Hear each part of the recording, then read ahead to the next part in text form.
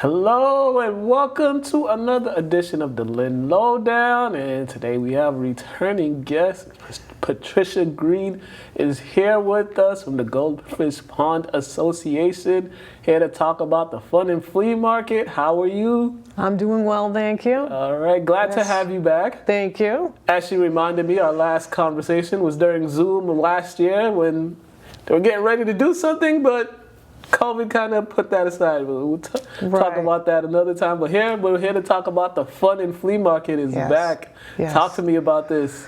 Well, this has been an event that we've held down at Goldfish Pond for 40 years. Started in 1980. It's our only fundraiser for the year. So what we do is we have a flea market, and we open it up to anyone that wants to come, set up a table, sell their goods, and it ends up being a great event. We usually attract about 3,000 people that'll walk through that day to look at other people's goods.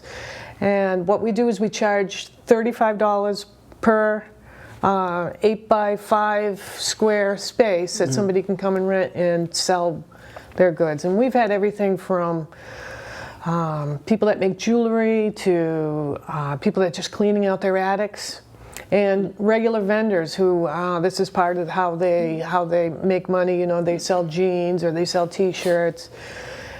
We have regular vendors that return every year. We charge $35 for the space, and that's how, as an organization, Goldfish Pond, we make our funding for the year. It's basically made off of that one event.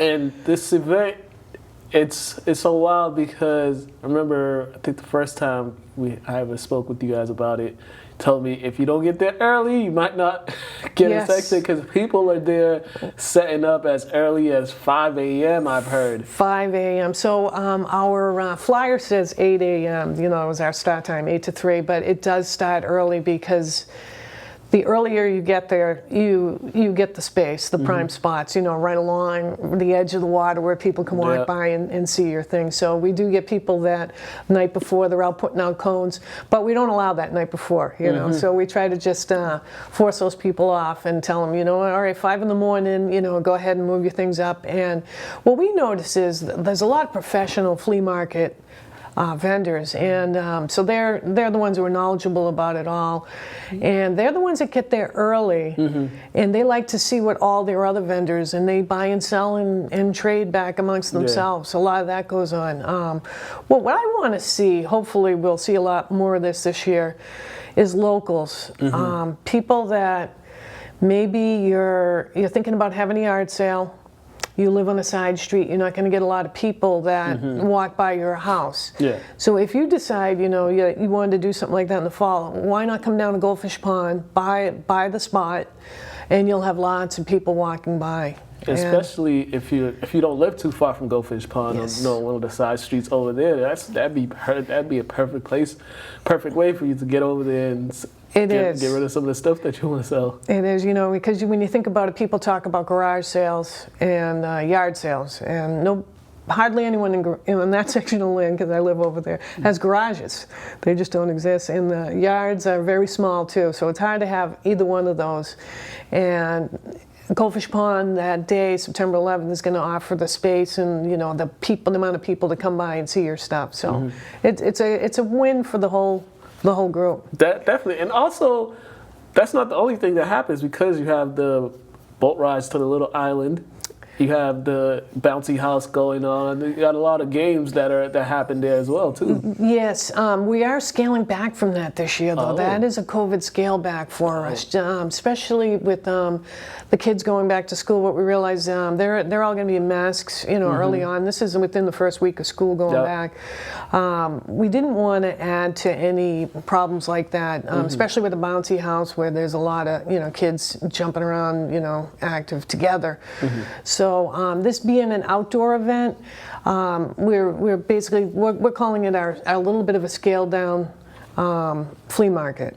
We're going to have what we are doing though is we're having clowns. Okay. So we will have some clowns there going around entertaining the children, and hopefully that'll be a little more spaced out and safer for everyone.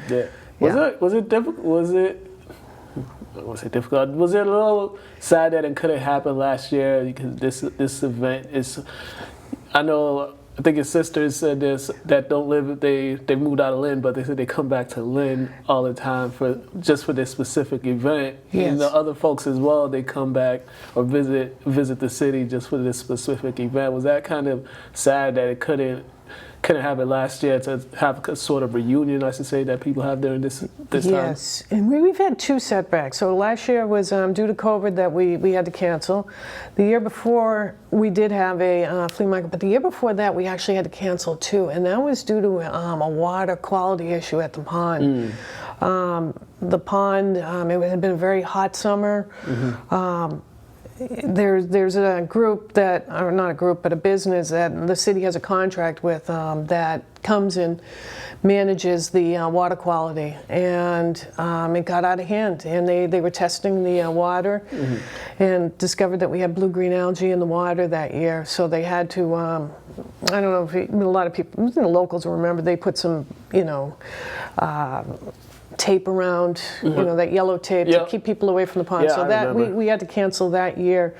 That's all been brought under control by this company that treats the water.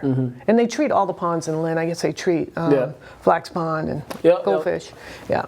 I remember the Do you remember tape. the Yeah, I remember that. Yeah, because we used to go by there all the time and see the tape. Yep. So then we came back in 2019 strong, and then last year to COVID. So hopefully this year will be a good year. We've it's already up on our website, that goldfishpond.org website, where people can go and sign up online for a table space, and that's looking pretty strong already. Yeah. Yeah. How many would you say are you estimating? Well, it's funny you should ask, because I've asked the old timers, how many spots do we normally sell, and over the last few years it's probably been 60 vendors will be there. Early on, say maybe 30 years ago when they first did that, they would have about 140 vendors down there on all sides of the pond, just totally covered. Yeah. And it's different things too, and I remember as a kid, there was a man there selling postcards, all those old postcards, and so I'd love to see people like that return. People that sell those historical collectibles. Yeah. Especially with COVID now, the Lynn Flea Market down off the Lynnway there is not running. Yeah. And neither is the one in Revere.